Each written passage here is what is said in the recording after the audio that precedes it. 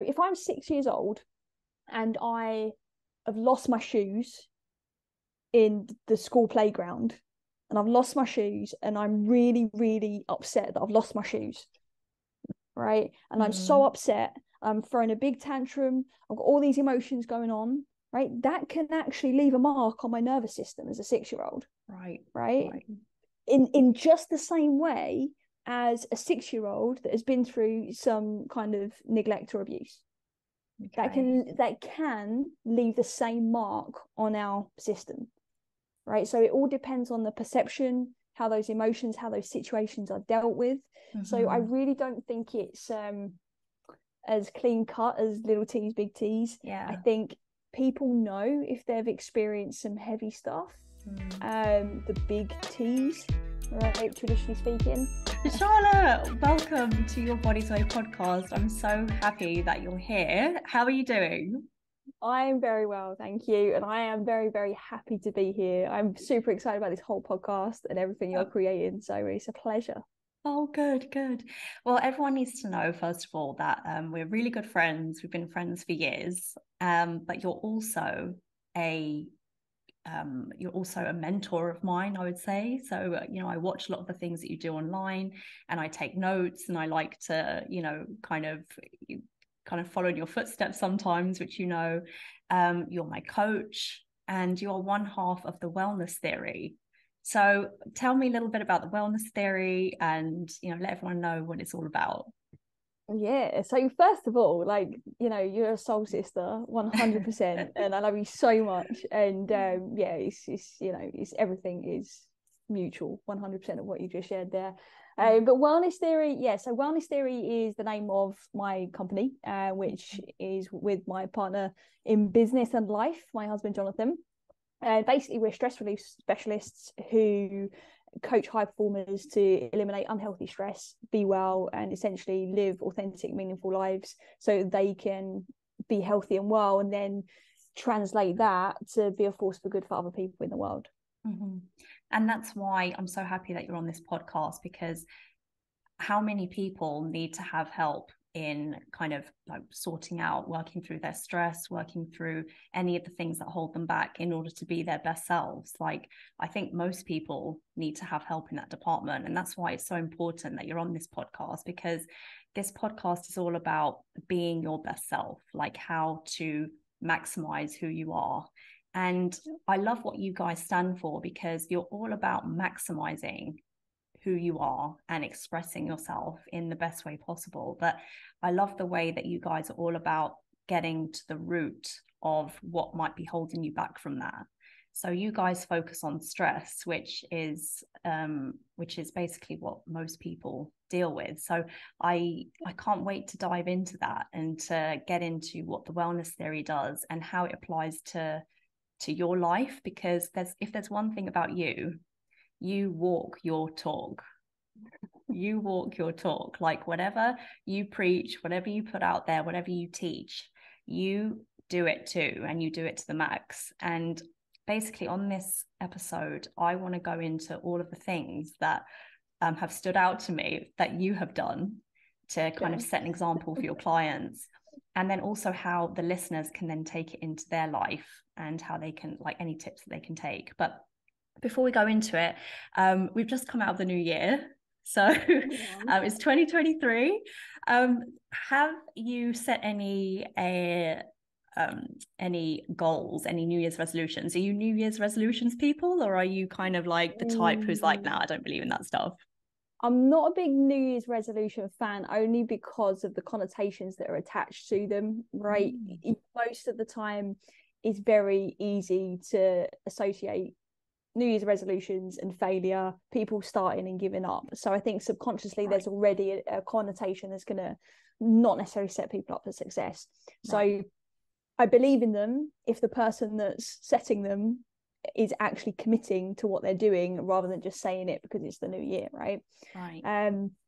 But for me, have I set any goals? So I've just literally come off the back of last year's stretch goal, which I know you said you want to chat to me about.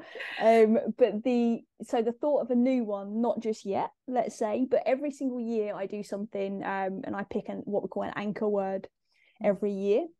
So instead of setting a specific goal, I pick one word that I can come back to throughout the whole year that will keep me grounded, keep me centered. And essentially, if I make sure I stay anchored and grounded in that one word, then it's going to keep me on track with whatever goals I set throughout the whole year.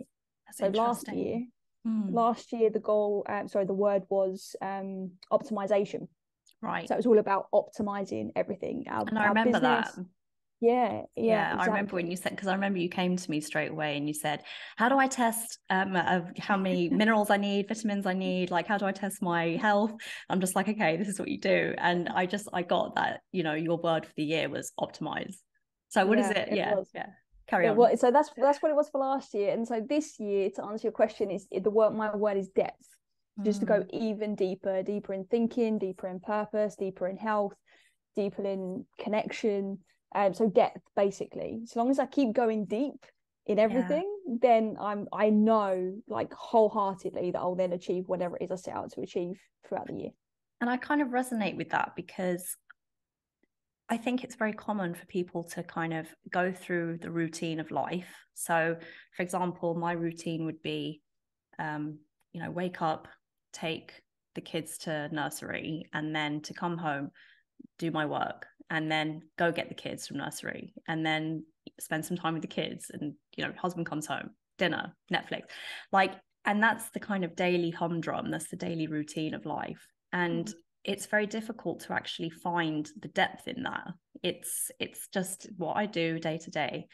And so the fact that you are committing to going deeper into things, like, I can imagine that brings a kind of richness to life, and it makes your duties more rich and more deep, whereas sometimes it can feel really surface level. 100%. Like, I totally resonate with what you said there, is like going through that kind of routine, and I think it's very, very common, and I've definitely been in that space, and I can feel the difference when I'm going through my routine and I'm very present, and I know I'm doing it with solid intention because I've said it first. So I don't have kids, as you know, but I can imagine the fast pace of everything, the distractions, that having to be in 100 places at once and be aware of everything all at once. We obviously work with clients who have got kids and stuff as well, so but then obviously running a household, running your own podcast and business, all these different things, like, there's so many responsibilities, and it's just difficult to get deep. It's difficult to kind of really sit into what you're doing. But that can also obviously be because we're going so fast, right? And we have to learn how to slow it down, even when things are moving fast. I am I'm a classic overachiever. I'm somebody that will want to do everything, do it and have it done by yesterday to the highest standard. That's just me all over. And I've had the periods of my life where I'm working crazy hours in the morning, crazy hours at night and on weekends, just because I'm in that space and everything's fast, I'm on the go and all of those things. And I think I love the word you use there, is the richness. Right, is the ability to be able to find the richness in that momentum. And I think that's something really probably over the last year or two that I really feel like I've started to master, is being able to almost slow down time. Still everything's moving really fast, but I'm almost like being able to step back from it and be able to just see how things are playing out. And a lot of that has got to do with presence, practicing really being present. So when you're cooking your meal in the evening, it's like, okay, what am I actually doing? What can I feel under my hands? What can I taste when I'm eating it? Am I just having a conversation with my other half, or am I actually tasting the food that I'm eating, or am I watching something at the same time? Am I trying to do all these things at once? Because every time we try and do everything at once, that's when we get distracted and end up getting lost in it. I mean, I'm not one for setting New Year's goals and New Year's resolutions. Like, it's not something that I usually do. But this year, all I have is a list of things that make me happy, because like I said, that the routine of life sometimes can get a bit like can get on top of you, and you can find that life kind of loses its excitement sometimes. And you know, I get into that rut sometimes, and I think a lot of people do. So just by writing a list of the things that make me happy, just nothing big, like nothing like, you know, this year, you know, things that make me happy, I'm going to jump out of an airplane and I'm going to do all these wild things. It's just a list of small things that I enjoy doing currently, just bringing it to my attention and then wanting to incorporate it into my life more often. So things like reading a novel. Like I only read a novel in the evening, but then like before I go to bed, but then maybe just by putting it into, you know, my daytime, just putting a bit more time into it, like having coffees and, you know, chatting with friends and just small things like that, just bringing it to my attention so that I can make sure I include it in my day so that I can kind of bring more enjoyment into my routine. But then one of them is to be more present. So what I've been doing every day in 2023, which is, by the way, is the 3rd of January. So far, so good. I've been keeping up for 3 solid days. Every morning I've been going outside and sitting down and kind of just thinking and kind of centering myself and thinking, okay, so Tam, how do I feel? And kind of being present with how I feel, how my fingertips feel and my body, and, you know, just kind of sitting into myself. And it literally takes about 5 minutes. And it's really amazing how that actually helps. Like it actually helps kind of center myself before I get started in the day. And yeah, that's something that I'm trying to include a bit more day to day for myself. Yeah.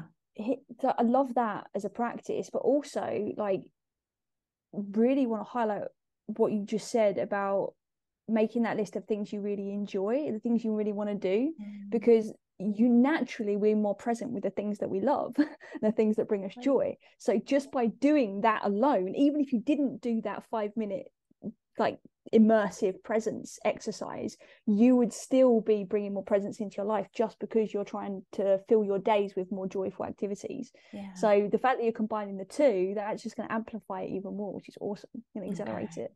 Well, that's good to know. But so we're talking about small goals here. We're talking about, you know, making lists and, you know, thinking of words for the year. But I know that you've just touched upon it, but you have literally just completed a huge goal at the end of 2022. That was your goal to kind of get it done by the end of the year. It was to kayak around 3 islands of Thailand, and it was a 37-hour excursion, like kind of broken up into pieces. But what I love about it and what people can take away from it is like you call it a stretch goal. So basically, first of all, what is a stretch goal?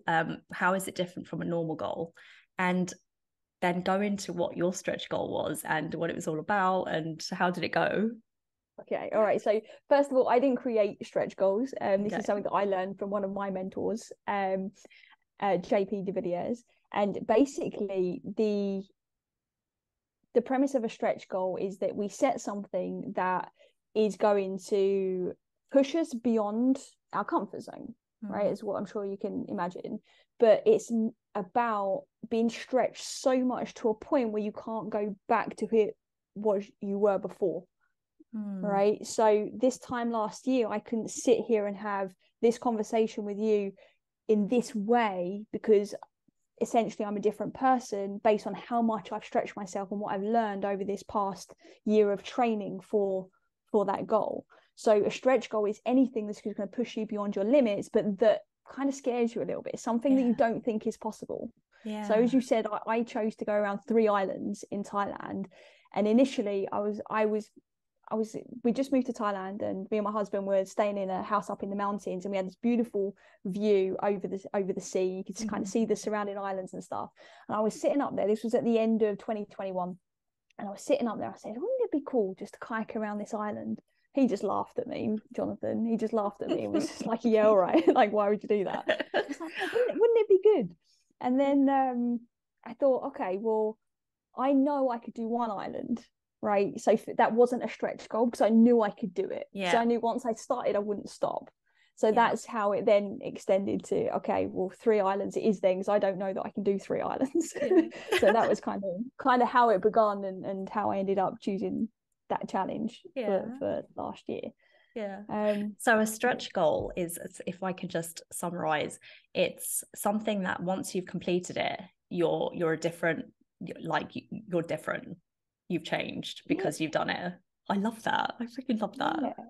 So it's not just about, so for me, I chose obviously a physical goal, right? The kayaking, but it wasn't about the physical feat. Now it was like, don't get me wrong, I've obviously got fitter in the process, and you know, I've evolved in different ways physically, and had to be more disciplined with nutrition and rest and sleep and honoring my body and all of those kinds of things.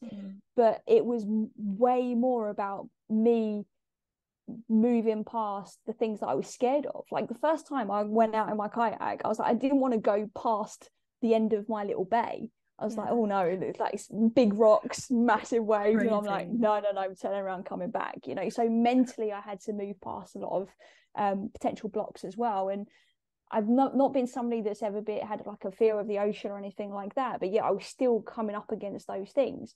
And every time I went a bit further and a bit further, it obviously built a different level of confidence in me as well. And having that amount of time for this goal in particular, and spending this amount of time in training and obviously in the event itself, was incredible, because it was time in isolation, it was time in solitude, it was time for me to just think and to be and to just listen to myself and what was going on in my own mind. And just by watching you, like through your videos on Instagram that you posted, I feel like your most creative stuff, like your motivational kind of talks on Instagram, you used to do like 6-minute videos.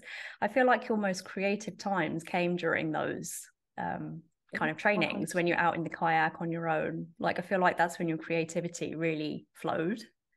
Yeah, 100%. It's my happy place. But also, when I think of something, if I you know me, I love to journal. Like I'm a massive journal person. But obviously out on a kayak, I don't have my journal. So it was almost like just a live journal thing, because as much as it was there to serve other people and share it and hopefully inspire 1 or 2 people, it was very much about documenting it and really like reaffirming the things that I'm thinking and articulating them in a concise way so that they sink in for me too. So yeah, absolutely, like being out in the ocean, like open space, obviously it was beautiful on the most part, except from training in the wet season. That was not very beautiful at all. But all of that, you know, it's definitely my happy place, and I think that definitely helps to get things flowing, because if you've ever, and I know you have, ever tried to sit down and meditate, usually, especially in the beginning, it can take a good 10, 15, maybe even longer minutes for your mind to switch off, or at least for the thoughts to calm down, and we stop thinking, did I leave the kettle on, did I lock the door, did I do this, like all of those things, they start to quiet down after a bit of time. So after about 15 minutes in the kayak, my mind would settle, and then I could, with all the kind of day-to-day stuff, and then I was like, okay, exhale, like this is beautiful, like be present with every paddle stroke, and all those different things, you know, started to come out. And I think it's just giving myself the space and time to be able to do that was probably the most powerful thing. I think it was Bear Grylls who said that when you're outside, you're doing something physical, it's one of the best states for you to be in, because you're forced into presence. And that's kind of what you just said, like, and it's funny how that matches. But I think there's something to be said for being outside and moving your body, because I remember when I was back in London with my husband, we used to take these huge walks. Like we used to walk for 2 to 3 hours, sometimes almost every day, at least 5 times a week. Like we went through this phase where we'd kind of go outside, rain or shine, like we'd be out walking. And, you know, after you've kind of warmed up, and after about half an hour of kind of like just, you know, silence, you then find that you have some of your best ideas, and we'd have some of our best conversations. And a lot of the things that we're doing today, like, you know, we're living in the Cayman Islands and we've had some lovely experiences in the meantime. A lot of those things were kind of manifested during those walks, which is crazy. Like, so I feel like there's something about being outside, moving your body, and connecting with someone. There's some sort of magic that happens when you're kind of combining those things. 100%. Like I think that it brings us back to our true nature, right? Because we always say like time in nature is amazing, as if we're not in nature already. We are nature, and I think we forget that sometimes. So when we go into nature and we go for the walk in the woods, or we go outside, or you dip your feet in the ocean, whatever, like actually all that is doing is reminding us, whether we're consciously aware of it or not, but it's reminding our system, it's reminding us, our soul essentially, that we are part of all of this. So we actually connect, automatically we connect. And I think that then just has this beautiful cascade of effects with ideas that start to flow, and how peaceful we tend to feel, and all of those kinds of things. There's a scientist called David Sinclair. Have you heard of him? He's he's basically studies longevity. So he's coming up with all of the best things about, you know, how to make your cells young. And this brings me back to something that he said in one of his podcasts. He says, one of the best things you can do for longevity is to go outside, walk with a friend, and talk about your problems, which is interesting, like to kind of unload your stress, because you're all about stress and managing stress. So like, what a great way to unload your stress, just by connecting with someone, being outside, walking, and just unloading your problems, and like connecting and talking. And I think he said on a cellular level, that's a really great way to kind of stay young, which is really interesting. Like there's definitely something there. This makes me want to go outside. Like the sun is shining in my face. Like I can barely see, but after this I'm just like, I need to go outside and just kind of move my body, because we forget to go outside and do things and connect with nature and be with each other. It's just such a simple thing, but we forget to do it. It is, and it's on the most part as well, like, well, for sure everything you've just said there, it doesn't include any kind of technology. Exactly. Right? And when we're attached to any kind of device, our nervous system, or all of our cells essentially, are being stimulated, right? Whereas actually when we're outside in nature without any devices, our cells go into their natural mode as well. So there's almost like this certain stimulation that we get to substitute what we used to indoors on devices a lot, versus then outdoors, no devices. We're actually connecting with the true energy source of the earth, right? And other people, right? When we're bonding with other people, we're in rapport, right? We are literally start to mimic each other after a certain amount of time, and that's all happening because we're becoming in sync. Whereas if we're only ever in sync with a device that's full of all sorts of different things that are not so healthy for us, on the, you know, if we overload our time using them, it just becomes a no-brainer that we need to remember that, especially now the way technology is going, with AI making things even more convenient, let's say. It's scary. It's really going to be an interesting road ahead. It is, and it's a major source of stress for everyone, that the way the world is at the moment, particularly, it's crazy right now. There are so many things for people to be upset about, to be stressed about. There's so many divisions happening, so like people taking sides, people having different beliefs, and people getting angry for other people for having beliefs. And so the world is in a crazy place, like it's in disarray, it feels like. But then also, obviously, we all know the challenge of social media and being instantly available and being notified all the time of, you know, things that are happening around you. And there's so many, it's fertile ground for stress. And so I imagine with what you do at Wellness Theory, you've got your hands full with lots of people who are stressed about things. But the way that you structure things is, okay, so to be your best self and to live your best life and to be as authentic as you can, let's clear up your stress first. Let's kind of sort those things out. So I guess my first question about that is, do we have to sort out our stress? Like, do we have to work through those things? Can we just be our best selves without dealing with all that stuff? Like, it's too hard. So, I mean, can we?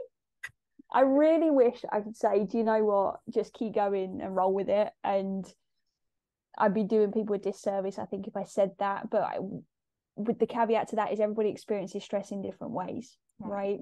So some people have like minor stresses, as in their nervous system doesn't react in as extreme ways as other people. Okay. It's not right or wrong, it just is what it is. Some people have more tolerance for certain things, right? So there are small stresses, like, so for example, this morning getting my daughter ready for nursery, the baby was crying, like kind of rush, that was a stress.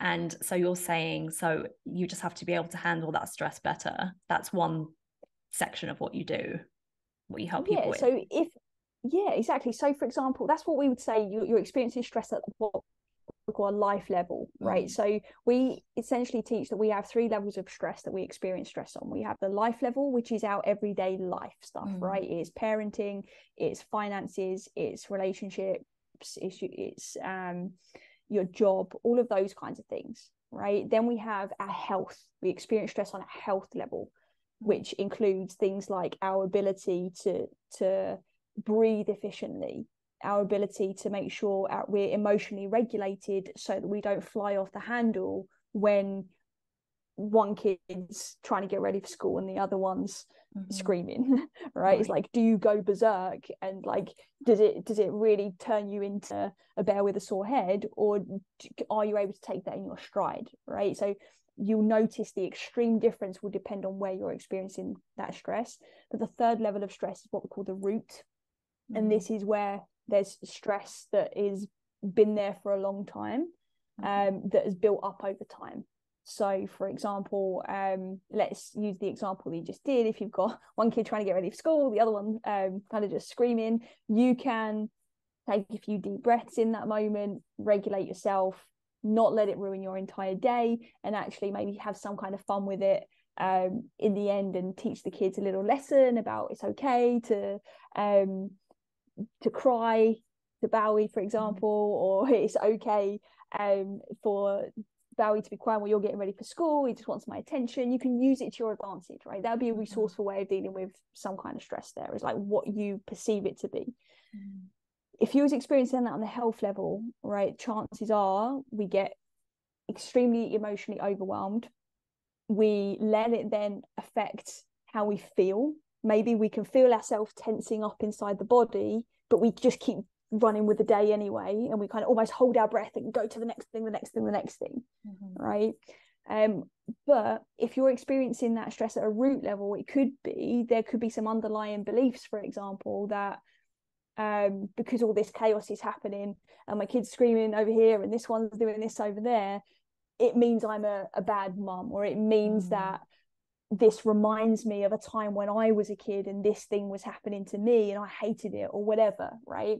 It's going to be different for everybody, but depending on how much you hang on to that stressful moment will start to show what level you're experiencing stress. Does that make sense? It does. And when you have day-to-day stress, like I just described with the kids, that stress is okay. Like I can cope with it until I start adding labels to it. Like you just said, from the past, I'm a bad mum, or I'm not good enough.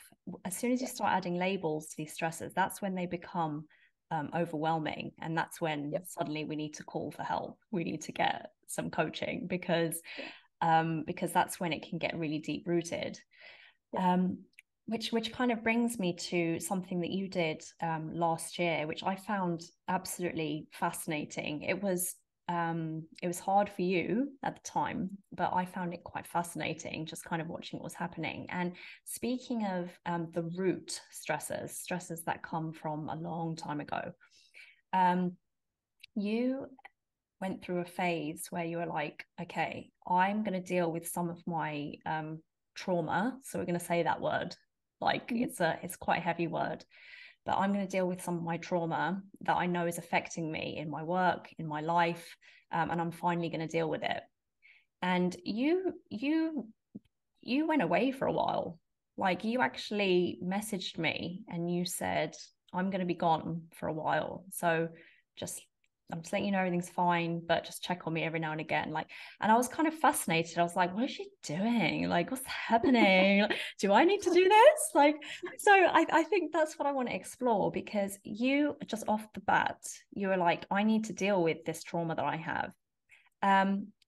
What was that experience like for you, without going into the details, obviously?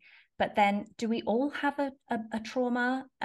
Big T's, little T's, like, let's go into that sort of thing. So first of all, yourself, like, what made you decide now is the time for me to go back and confront my trauma? Why now? Okay.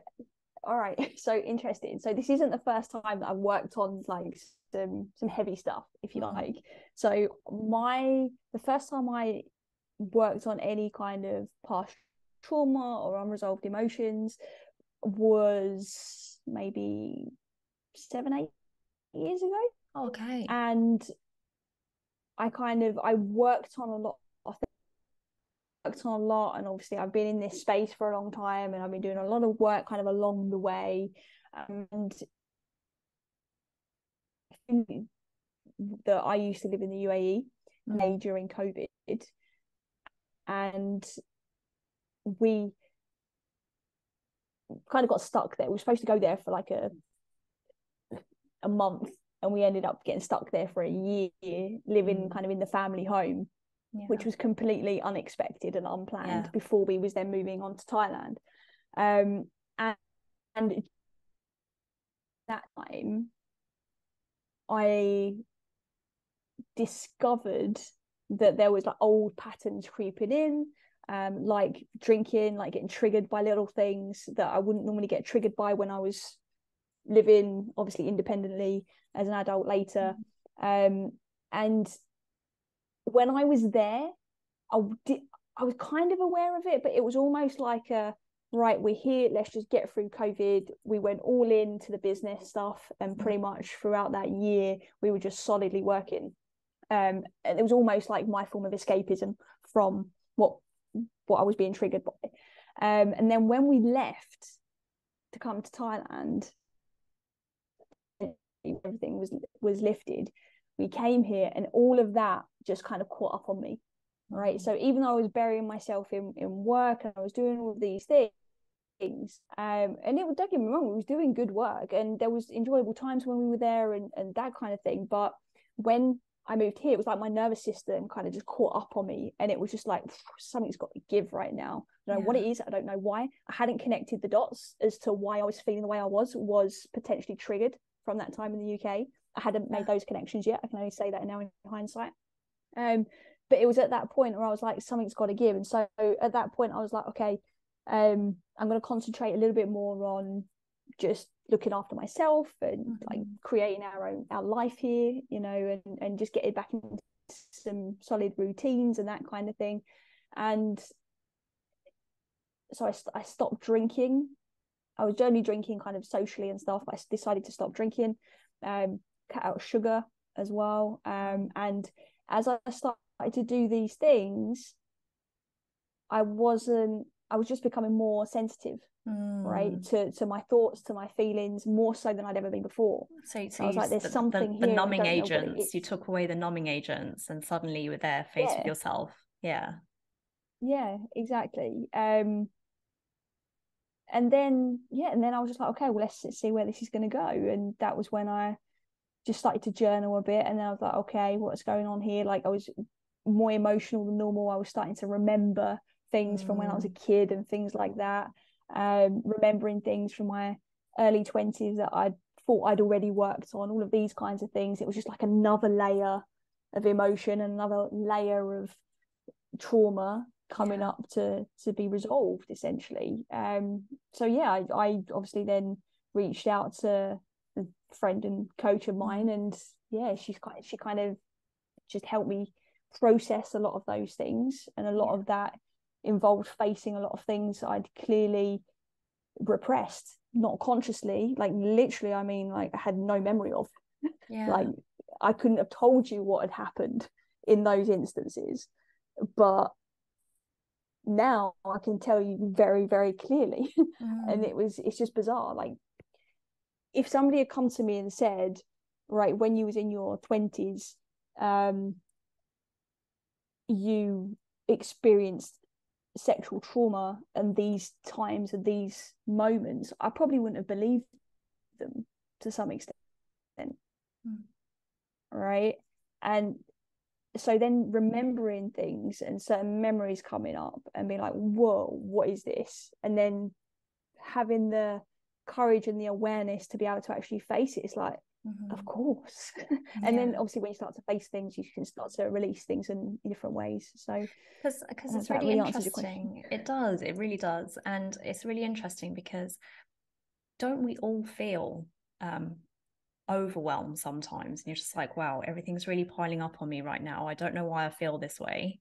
A lot of the things you just described are things that we all feel sometimes. We're just like, God, you know, things are really intense. And like, but because you've spent so much time working on yourself, and you know, you took away the numbing agents, the sugar, the alcohol, and you kind of had that awareness, you were able to identify what the problem was. But for so many of us, we don't make that connection. Like, there's so many times when I feel overwhelmed and I feel like things are getting on top of me, and I'm just like, God, what's wrong with me? But I can't make that connection. I don't know what the issue is. So to some extent, do you think everybody needs to work on a trauma? Do we all have trauma that we need to work on? I think everybody has some kind of trauma. Whether they need to work on it or not would be individual, case by case. Because sometimes our emotions and memories and experiences are repressed for a reason, right? It's our subconscious's way of trying to protect us, and that's really, really important. So I don't believe we should go poking around. Okay. Until it's ready. It will come up, right? If there is something that needs to be resolved, it will come up in some way, shape, or form to let you know. The problem is we're so distracted and there's so much noise, and we're trying to do everything so quickly that we don't notice it coming up. So there's all these clues all the time telling us this. Hello, this thought that you're having right now that keeps on coming up over and over and over again, this is trying to get your attention, but then we get on with the next thing on our to-do list. Go on our phone. We pick up We're just phone. Like, oh, this is uncomfortable. Let me just go on Instagram or Facebook. Exactly. Yeah. That was another thing I did, actually, by the way, at the start of this year, is that I didn't switch my phone on until midday every day for about 6 months. It was amazing. Like the clarity of thought, the just awareness, that time with myself. And honestly, I think it helps to not drink and not have numbing agents and, you know, have your phone and things like it. It definitely helps, but I think the main premise here is that it's quieting the noise. It's about us just tuning out of everything else just for a bit and tuning in. All right. And it's interesting because when I've done this kind of heavy work in the past, I stepped away from the business and I almost like just separated. It's like, this is me, that's the rest of my life. Right. And this time I didn't do that. As much as I kind of took some space, I was still running the business, I was still running events, I was still coaching. And I truly believe, like, I've done some of the best coaching I've ever done this year, whilst working through that stuff myself at the same time. I think that you can do those things simultaneously. And if you have any coaches that are listening to this, that's a big deal, because a lot of people think, well, they can't help other people until they're fully healed and perfect themselves, and then they get upset with themselves because they are not perfect, or they thinking there's something wrong with them because this person seems to be doing it all perfectly. No, it's like everything is working simultaneously, everything's working together in tandem. And I think the sooner we can accept that we don't have to separate things. You don't have to go and spend 6 months not drinking, eating sugar, turning your devices off. You don't have to do that just to pay attention. What you're doing, taking 5 minutes every morning to be present, that's good. Okay, that's right. Good to know. If we can now, so if we can now just start to open that window, maybe it's 5 minutes in the evening and 5 minutes in the morning. Perfect. Because all that's going to happen is you're going to get more comfortable being with yourself in presence, not rushing on to the next thing. And when we feel more comfortable in our own presence, without numbing agents, without distraction, without devices, without that kind of need for a dopamine hit to mask whatever else is going on, we actually then get to just be. We get to feel safe within ourselves. And I honestly believe that most people don't feel particularly safe within themselves for whatever reason, not because they've been through some heavy trauma or anything like that. Some cases, obviously, that is the case, but because, like you said, you know, there's a lot going on in the world, right? Whether it's happened to you personally or you've witnessed things happening either in your immediate environment or outside of that, it's having an effect on our psychology. And the problem is we're not taking responsibility for where our attention is going, right? And that's really tripping a lot of people up. This is why a lot of people are experiencing a lot of stress on that life level, right? They're freaking out about their finances and about their relationships, and they're not happy in their jobs and things like this, and they put all of their focus up there. But actually what's going on is you're not paying enough attention to what's going on in your health set, in your body, right, in your quality of thinking, in your heart, in your emotions, in your ability to simply hydrate and drink enough water, your ability to check and see if you can even digest your food, or if you're too stressed to even digest the food that you're having. And then you get to go into that deeper stuff if somebody feels like they're ready for it and they want to. They have to want to. I mean, I really want to know all of the tips that you have to overcome stress. But first of all, I just want to clarify for people listening. They might think, okay, but I don't have any trauma. Nothing big has happened to me in my life. So there's that term, the big T's and little T's. Yeah. So the big T's are the big traumas, right? Like childhood abuse, sexual abuse, emotional abuse, and things like that. And then the little T's are kind of what would you call the little T's? Yeah, so they tend to leave less of an impact on our psychology, on our emotion, and on our physical body. Now, I think it's just really important, one, just to kind of keep this in a relatable way, is that when we're talking about any kind of stress or trauma, we're talking about the nervous system, right? So what we're talking about here is our ability to respond, our stress response.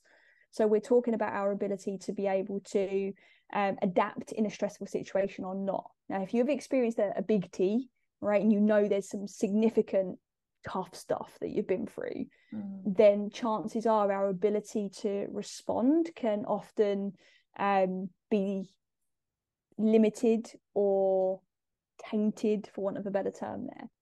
And those smaller T's, we are able to adapt a lot quicker, right? But I have to say this, that is all based on our perception of what a big T and a little T is, right? So there's no rule book for it.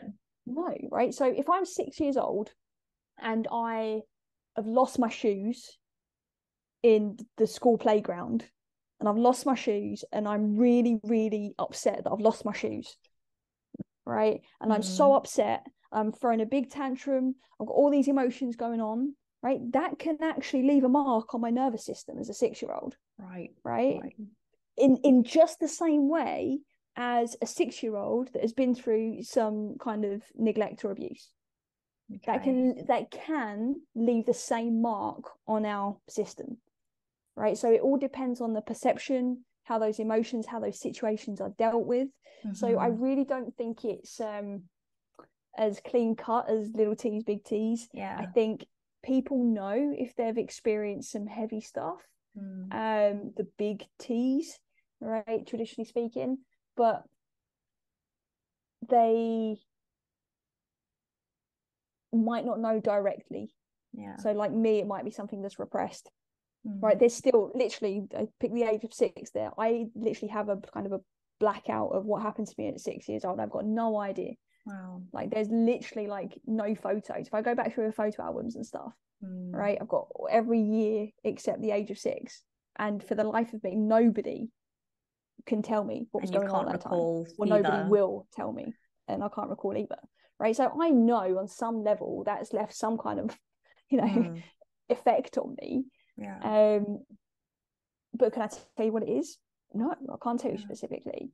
Does that mean I should go and probe and try and figure it out? No. If I'm supposed to know, then it will come up in the way that it's supposed to, right? In a way when it's ready to be dealt with. I don't know if you agree, but I think the way that a trauma comes about can be how you actually deal with a situation that's presented in front of you. So, like you said, the child with the shoes, if they dealt with it in a kind of, let's say, normal way, where you're just kind of like, oh, I think the shoes are gone, oh, damn, like, and kind of move on, then that doesn't leave a mark. But then if you don't have the tools available to deal with it in a healthy way, then it becomes a trauma, because there's two. I mean, I believe I have a small cluster of traumas, because the way I go about things day to day, there's definitely some let's call it unhealthy thought patterns in there, things that hold me back, and things that kind of get me all twisted up in knots, and I don't know how, I don't know why. But there's two instances I'm willing to talk about, and that is, I lost someone very close to me when I was 21. So I dealt with a death. But then when I was 23, I was bullied at work. So those two kind of traumas. The time that I lost someone at the age of 21, believe it or not, it didn't leave a mark. I wouldn't call it a trauma, because I dealt with it in a very, very healthy way. I dealt with it in the healthiest way that I could have possibly have done. I let all my emotions out. I was talking about it all the time. I was kind of doing exactly what I wanted to do every moment. I was kind of, in a way, I was dedicated to living my best life. Like, as soon as they passed, I was like, right, that's it. I'm going to live my best life. And I really did for about a year afterwards. And so I wouldn't actually count that as a trauma. But when I was bullied at work when I was 23, I didn't deal with it very well. I internalized everything. I punished myself, because I was like, Tam, you should have said something, or you should have stuck up for yourself. And I made a lot of assumptions and decisions about myself. I basically, it was a very, very negative experience, and that became a trauma. So actually losing someone close to me and being bullied at work was actually more traumatic for that reason, for what I've just explained. So that's kind of how traumas come about, like just how you deal with it. It is. It's our perception of the situation, right? Somebody else you probably know in common with the person that you lost may not have had that same perception at the time. That following year might not have been the best year of their life, but for you it was. That's all based on perception, or the information that we take in, and then how we process it. And I think it's interesting to use those two examples, because I think grief is something that is very publicly accepted.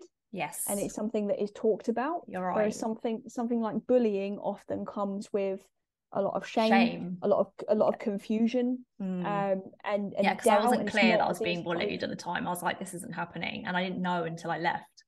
I was like, okay, I was just bullied. But I didn't know at the time, because I was making excuses for the people. And, anyone who's listening, if you're going through any sort of emotion and you don't understand it, you kind of only know until you've left it, and you just look back. Yeah, exactly. Hindsight is a wonderful thing sometimes, isn't it? And that's one of the reasons, I'd say, like, one of the reasons why we do what we do. One of the reasons why we set up Wellness Theory is because I didn't have any kind of education about how to deal with shame, or how to deal with fear, or even to recognize when these emotions are there, and what kind of things am I perceiving as a threat. What things are creating additional traumas within me based on my past experiences. I didn't have that skill set growing up, and that was one of the reasons why we created Wellness Theory, because we wanted to make sure that people do have that education. They do start to understand and can connect with themselves, so they can recognize if they're in a toxic environment, or if they're recognizing that maybe their quality of thinking is leaving some kind of clue that something isn't quite right. So that we don't have to wait until after an event. Now, sometimes we do, sometimes we don't. It's an individual thing. But my whole thing is about being proactive rather than reactive. I would much rather work with somebody before they get burnt out, or before they are realizing that there's this trauma that they haven't dealt with. I would much rather work with somebody when they have that awareness early on, so they don't have to go through all of that. Now, that might be all sunshine and rainbows kind of mentality, like the wish. But I truly believe that if we can do better and have more access to education, but also ignite a new level of personal responsibility within ourselves, then we can be more proactive.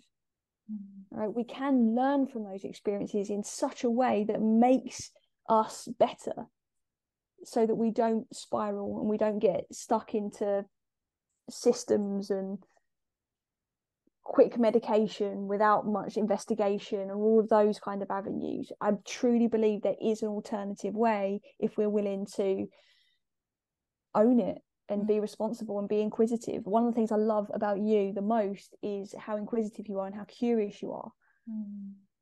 And I think there's not enough of that when it comes to our own well-being sometimes. So I think if we can at least be some kind of bridge somewhere in there that helps to connect some dots at least, then I think hopefully we can help people not to get to that point of kind of concern, right, about the past, and realizing that they've been bullied long after the fact, you know, and then realizing you've experienced trauma years later. You know, it just doesn't make sense for me. I can imagine once someone works on themselves and they clean up the stress and they begin to clean up the traumas, and I can imagine then the path forward is much brighter and it's much clearer, and they're like, right, I'm ready, I'm strong enough now to kind of stretch myself and live my best life. And so what sort of tips do you have for someone who wants to sort of make changes in their life? They want to start to live their best life. Like, what sort of daily tips do you have to kind of help them move in that direction? Oh, is it easy to question. condense it? Yeah. Okay, so the first thing is awareness, right? Whatever somebody needs to do to get awareness, right? For me, journaling heightens my awareness more than anything. Same. For Jonathan, my husband, it's breathing. Right, if he just sits with his breath, he becomes hyper aware of what's going on in his mind, in his body, and the day to day, all of those things. For me and you, it's journaling. For other people, it might be going for a walk outside. It's going to be different for everyone, but awareness is the key, right? Is one, figure out what is that thing that brings you into awareness, and then be willing to take responsibility for what you find. Right. Because I can sit here and say, okay, do this breathing technique or just do this thing and give you loads of hacks, which we've got loads of on the website, which you can go and do, but they're not going to create any kind of lasting effect. So first we need to become aware of what's going on. Why do we think that we're stressed in the first place? Why are we even listening to this podcast? And you know, what's resonating? Have that level of awareness to then say, okay, what could this mean for me? What is this trying to tell me? What is this trying to teach me? As soon as you start asking those questions, you're becoming more responsible. And you know what, right? You're becoming more able to respond. And on the subject of journaling, there's one of my favorite books, The Artist's Way. Have you heard of it? It's one of my favorite books. And basically one of the tasks that she makes is for people to journal 3 pages every morning, and she calls them the morning pages. No fail, like every morning do 3 pages, even if you have nothing to say. She says, just write, I have nothing to say, I have nothing to say, I have nothing to say. So every morning you get 3 pages done. And she says, if you do that, then literally the things that come up on paper will surprise you. Like, you'll have goals that you never knew you had. You'll have issues that you need to work through that you never knew you had. So it's a really great tool for what you just said, becoming aware, like journaling, writing down how you feel. If that's your sort of thing, for anyone listening, then it's highly recommended. And I have to say, journaling was a huge part to play in, you know, my healing over the last few years. Like, you know, just becoming aware of like my feelings and what I want to do with my life. And so I would highly recommend that. Journaling for sure, for awareness. But then, like you said, everyone has a different thing. They do, but I think it's important because I think depending on what people follow on social media and what kind of things they're reading, there's a lot being geared towards breath work, ice baths and things like that right now. They're like obviously big trends that have been happening over the last year or two, and that's all well and good, but if you don't have the awareness as to why you're doing it or how you're responding to those things, it becomes you're pointless. just stepping in an ice bath and it's like, oh, it's just cold, okay, exactly. I'm gonna get out, that's it. Like there's no lesson, there's no kind of exactly. So one of the things I think is so important about something like journaling, and it could be written journaling, it could be a voice memo kind of journaling, recording yourself, if you're not really a writing kind of person, but it literally starts to rewire and your neurons in your brain. Like it will literally help you to articulate what you're experiencing. It will help you to gain clarity on your perceptions, right? Because most people, when they come to us initially, we tend to work on, number one, regulating their system, so we get some kind of breathing activity going on, whatever that looks like for that person. But the other thing we do is we witness their quality of thinking. Well, they witness it obviously, and then we obviously discuss that and do what we need to do with it. But by witnessing the thoughts that we're having, I would say 9 times out of 10, as soon as we start to check in with the quality of thinking, the words that we are using for our perceptions, right, and we start writing them down and we see them on paper, we start to see how that's then affecting how we feel, because very often we are feeling our thinking. And if we don't know what we're thinking because we're not writing it down or we're not saying it out loud, it all gets a bit stuck in there. It's like this frenetic energy that just gets like chaotic in there. And this is one of the reasons why often people can't sleep at night, or they get so overwhelmed, or they get anxious, right? Or their head starts throbbing, right? For me, one of the things, if I'm really going through a stressful period, like my temples almost throb. I'll get a headache. There was a period of my life when I'd have migraines. And a lot of that was just this pent up energy that needed to be released in some way, shape or form. So I think journaling isn't just about writing on paper. It's about all of the things that we get to release at the same time, and all the clarity that comes with it at the same time. So I think it can definitely be a game changer for anybody that's curious about journaling. So first thing is awareness. Yes. So what's next? The responsibility piece. That's responsibility. Huge. We have to then be responsible for what it is we're becoming aware of. Responsibility can look like taking the lesson from what we've become aware of. It can look like taking an action. It could look like reaching out and asking for help. It could look like sitting in presence for 5 minutes. It could look like just setting an intention. All right, is that I'm going to be more compassionate today with myself. All right, it can be anything. But as soon as we're willing to say, right, I'm responsible for what I'm coming aware of, I'm going to own this, whatever I find, I'm going to figure it out, we immediately move out of any kind of victim mindset, right? And again, victim mindset is like the fastest route to stress and burnout.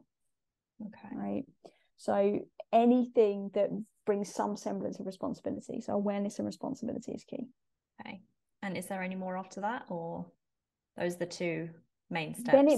Then it becomes very abstract, dependent on what people are already doing and what they need. So we do have on our website, it's a free assessment tool that anybody listening can go and do, where they will get assessed to find out, one, what level are they experiencing stress? Are they experiencing their stress day to day? Are they experiencing it in their body, or is there something deeper going on at the root?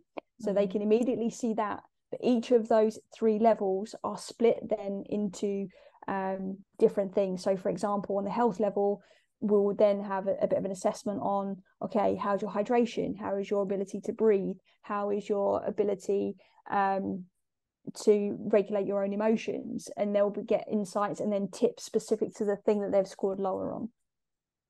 So I guess I'm just going to get a bit more specific now. And I'm aware of the time, I can see, because in Thailand, you're 12 hours ahead. So for me, in Cayman Islands, it's 9:42 in the morning. So for you, it's 9:42 at night. So that's crazy.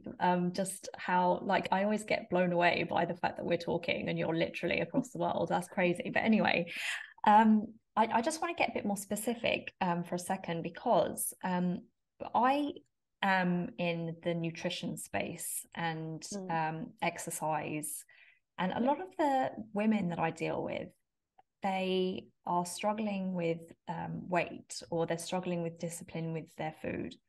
And some even have binge eating tendencies, binge eating disorders, emotional eating. And I resonate with that because that's something I struggled with all throughout my 20s, binge eating. So if someone is wanting to get into a healthy state this year, they want to change the way they eat, they want to experiment with fasting, they want to experiment with, eating better foods and exercising, then how would you advise someone who is struggling with the opposite, which is emotional eating and, not feeling motivated? Yeah, so first of all, I can totally relate to that. So I've had my periods of emotional eating to the point of, eating to the point of throwing up at times and things like that. Seriously, And did not know that. not pleasant. Yeah, Tim Okay. Tams? People Yeah. in Australia will know those Tim Tam biscuits. Yeah, I totally. think about those. Those were my go-to thing. But then I'm a chocolate digestives. there you go.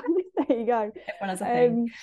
So yeah, so I can speak to this from a few different angles. So I think the first thing is you need to know, why is this going to be different from any other time? Like, what is it about now that makes you want to shift this? Is it that you're just sick and tired of it, and you're just exhausted and you can't continue with this same repetitive cycle? Like, are you at that point where it's so painful that you have to change?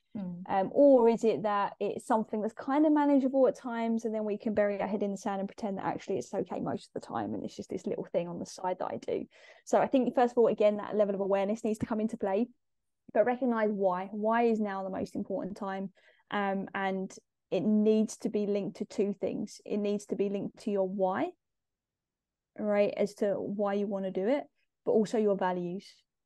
Okay, our core values are responsible for 80% of our self-initiated motivation.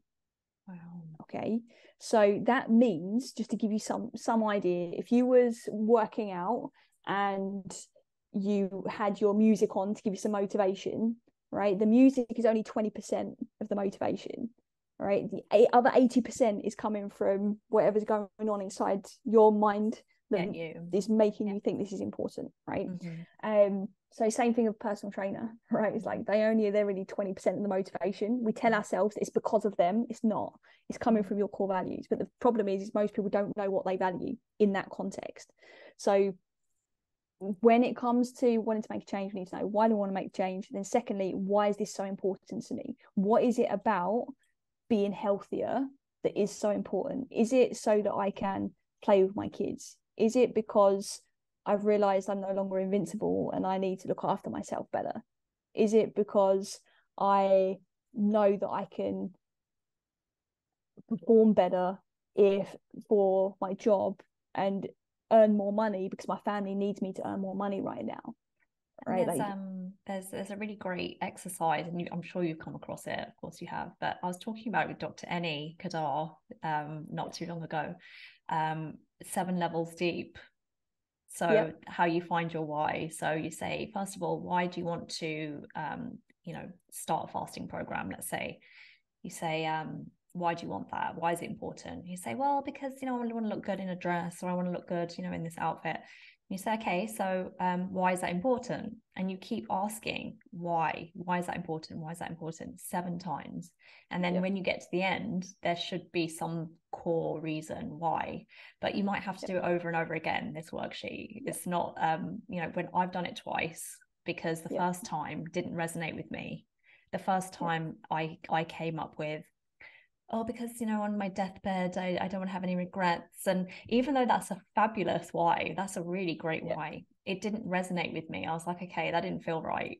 But when I did the sheet for the second time, I came up with my why, and I knew it was the true why, because it gave me goosebumps, and it kind of made me a bit emotional.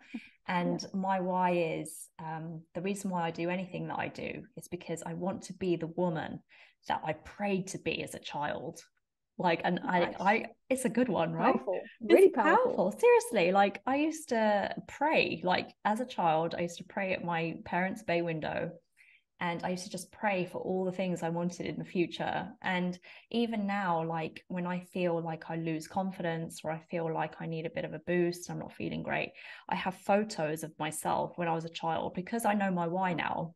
I now have photos of myself as a little girl.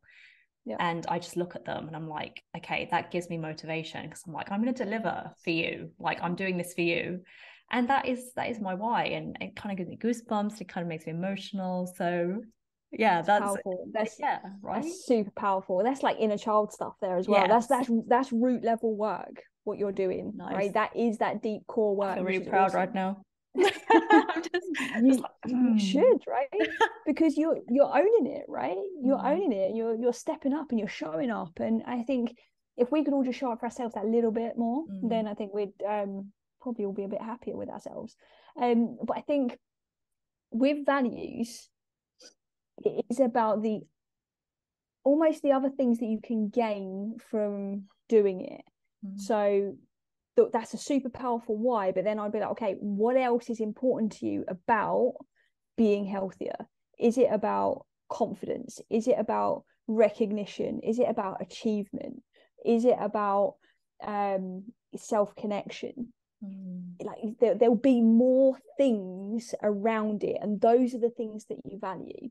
So the thing that I see the most, right, what I used to see when I was in that kind of fitness space, working in health clubs and stuff, was the classic of, I want to tone up and I want to lose weight. Right, obviously. I want to tone up, lose weight, and okay, what's your why? You'd find out their why.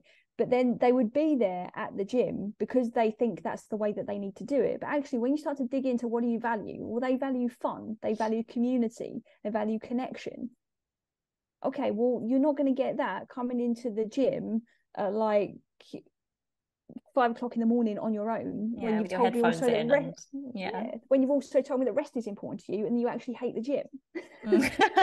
You know, it's like, okay, how many people can agree with that? They're like, they go to the gym but they hate it. Like, it's just a no-brainer. It's like, oh, like, find something else. Find something that you do, right? So for me, I worked in gyms since I was 16, right? And so for me, I was like kind of almost thrust into that environment, and it was almost like that's the way you do it. And I realized probably about 10 years later, maybe 15, is that I don't like the gym at all, like for myself and my own training. Like, I think it's got its place, and I think it's obviously it's incredible for getting certain results, but I don't love the gym. Like, for my own training, I'd much rather be the one training outside. I want to be the one that's kayaking around 3 islands in Thailand. Like, I want to be the one going for hikes and climbing mountains. And for me, when I left that kind of gym environment, that was when I reconnected with my own passion for fitness again. Right. Like, I was still obviously interested and learning about wellness and all of these different elements of it when I was working in those environments. But the most powerful thing is aligning with your own core values, because there's no point that Bob next door said you've got to go to the gym and tone up. Oh, okay, brilliant, because that's the way they did it and got great results. That's great for Bob, but it's terrible for Tamara that actually isn't interested in those things. So we've got to align with the things that are important with us. Right.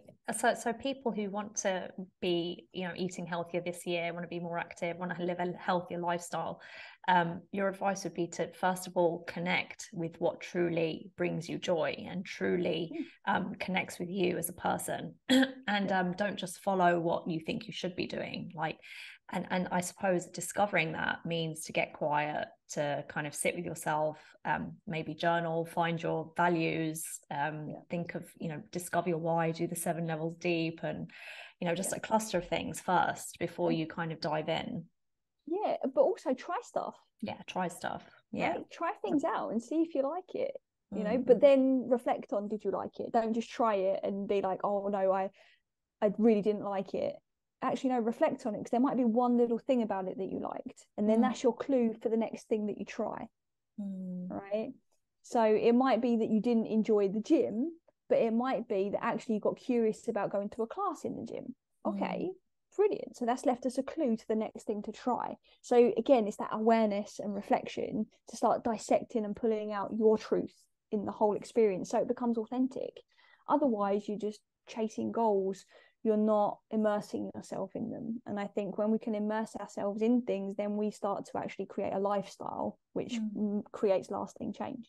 Yeah, because I think for myself, I discovered a long time ago that you're right, going to the gym is tough on your own. So I discovered a long time ago that I just love classes. So whenever there's a class, I'm much more likely to go than if it means kind of going to the gym on my own. Don't get me wrong, like I do love going to the gym on my own sometimes, but I'm a lot more motivated when it involves classes. And also, like, you know, food wise, I really resonated with fasting. Like that really kind of helped me fix the way that I was eating from my binge eating. Like I just discovered it by accident, and it kind of helped me overcome the binge eating, even though it wasn't the number one thing that helped me. It was just one of the things. And that's why, like, I love it so much. So it's about finding your particular way that you like to do things, and kind of doing it your way, not anybody else's way. That's why this podcast is called Your Body's Way. Thank you very much, everyone. I love that. I didn't even plan that. You're not wrapping up, are you? I wanted, if you've got time, I want to mention one more thing on binge eating. Yeah, totally. Yeah. Something else is really important to consider when we're binge eating or emotionally eating is the emotion part, right? What we've just talked about is really important stuff, but if we're being weighed down by emotion and we feel like we're being ruled by emotion, that we're just doing things and we don't realize we're doing it or why we're doing it, right? It's like you can have all the will in the world and know your values and know your why, but if you've got unresolved negative emotions that are fueling your behaviors, then it's still going to be hard to move into action. So if somebody's listening to this and they get their why, they've explored their values and they still can't move into action, then the reality is there's likely some emotion that needs to be let go of. And now that could be past emotion, like we spoke about earlier. That could be trauma. That could just be emotion that's got a bit stuck in the body because we haven't moved the body or we haven't connected with the body in a long time. But those things essentially almost like clog up our system in a way, and they make us stagnant. So therefore, then when we want to move into the action that we want, like being healthier, we get stuck because our life force energy is getting stuck, right? And our emotions play a big part. That energy, emotions are energy that plays a big part in our ability to be able to flow and to make decisions that are coherent and congruent with who we are. So if somebody is struggling with that, I really recommend you start maybe keeping a note of what are the emotions that you're experiencing before you reach for that food, before you ask yourself, what need are you fulfilling right now? Is it loneliness? Is it sadness? Is it shame?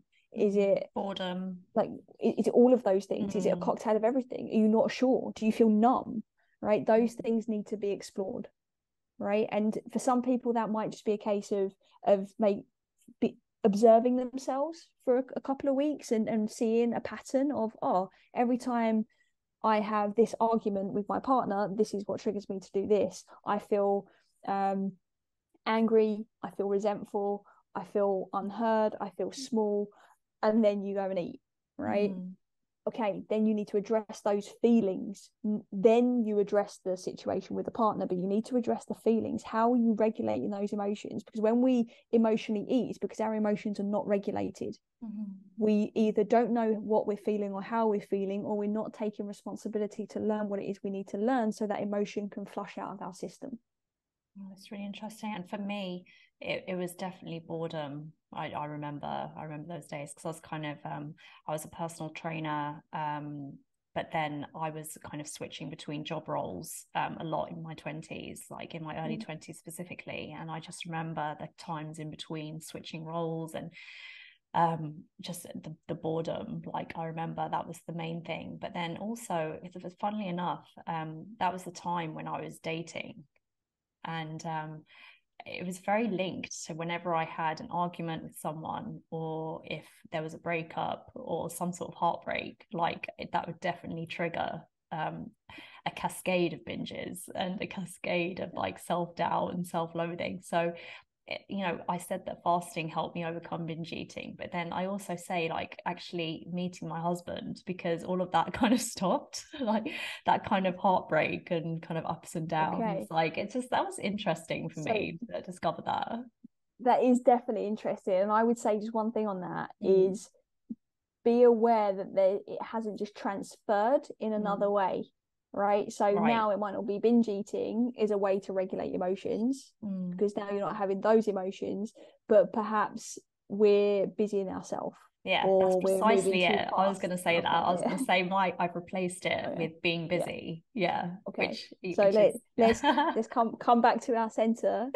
Regulate those emotions by simply witnessing them, by simply observing and being like, right, what am I feeling? Why do I have this need to be busy? What is the emotion that's driving this busyness right now? Yeah. Is it fear? Is it scarcity? Like what is it? What's going on? Yeah. And then you can shine a light on it and then do what you need to do, because then when you're not as busy, you can be more present. You can slow down time essentially. And because I think I speak for a lot of people when I say when you're not busy and you're not doing anything, you feel like you feel kind of lost. You're kind of like, okay, well, what do I do now? So maybe that's the crux of the issue. It's like the fact that, okay, so maybe you need to be okay with just doing nothing. Like maybe that's the thing for the people who are busy. It's like that moment in time between jobs. It's like being okay with that. Maybe that's what you need to work on. And do you know what? I'm going to be working on that now, because I still struggle with these things. Like I'm not a mess, so to speak, because like I always kind of even before this conversation, I was kind of unloading on you on all the things that I'm worried about. But I do worry, and I get busy, and I feel like I'm not doing enough, and those are things that I struggle with. So whenever I come off a conversation with you, I always feel like, okay, I know what I'm doing now, and I always have this fresh routine after talking to you. Yeah, I think it's really important to recognize though that some of that's also your superpower at the same time, right? And I think it between our strengths being or our strengths being detrimental to us. So I think that's one of the things that makes you so powerful. As a mom, as a podcaster, nutritionist, friend, everything is because of that mindset. So I think that can be a really healthy thing, but it's when we don't know when to put the brakes on and we tire ourselves out and we get burnt out that becomes a problem. And I'm still guilty of that at times, like burning the candle at both ends. That's one of the reasons I put out water to spend at least 1 to 3 days in silence, in meditation, because it makes me put the brakes on. It makes me step out of the busyness and brings me back to me, so I can go again and pace myself. Because otherwise I am like a Duracell bunny and I will go. I can sit here and talk to you for hours into the early hours of the morning after finishing that swimming kayaking challenge and do that. That's terrible for me. I guess it's knowing when to stop and put the brakes on. I feel like we're talking about all of this, and it makes it all the more clear that this is serious work for someone. If someone wants to overcome their stress and they want to be their best selves and they want to live their best life 2023, it takes work. And this is why having someone help you out is really useful, because there's so much to unpack. So Wellness Theory, where can people find you if they need help with unpacking things for 2023? How can they find out more about you? Literally just go to thewellnesstheory.com.